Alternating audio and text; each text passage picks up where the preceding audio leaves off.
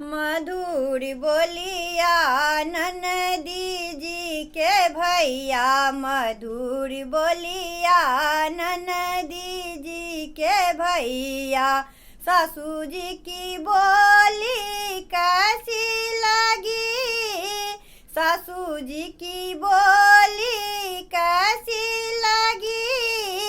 जैसे चिलम में अंगारा भरी है, मधुर बोलिया ननदी जी के भैया, मधुर बोलिया ननदी जी के भैया।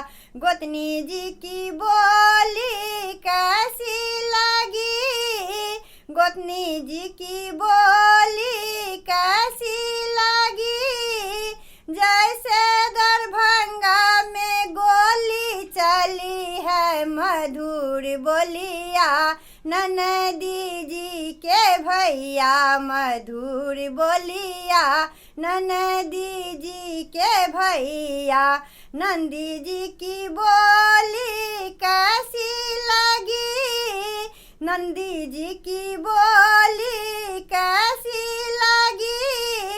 जैसे बंदूक में बारूद भरी है, मधुर बोलिया ननदी जी के भैया, मधुर बोलिया ननदी जी के भैया। पिया जी का बोली कैसा लगा, पिया जी का बोली कैसा लगा।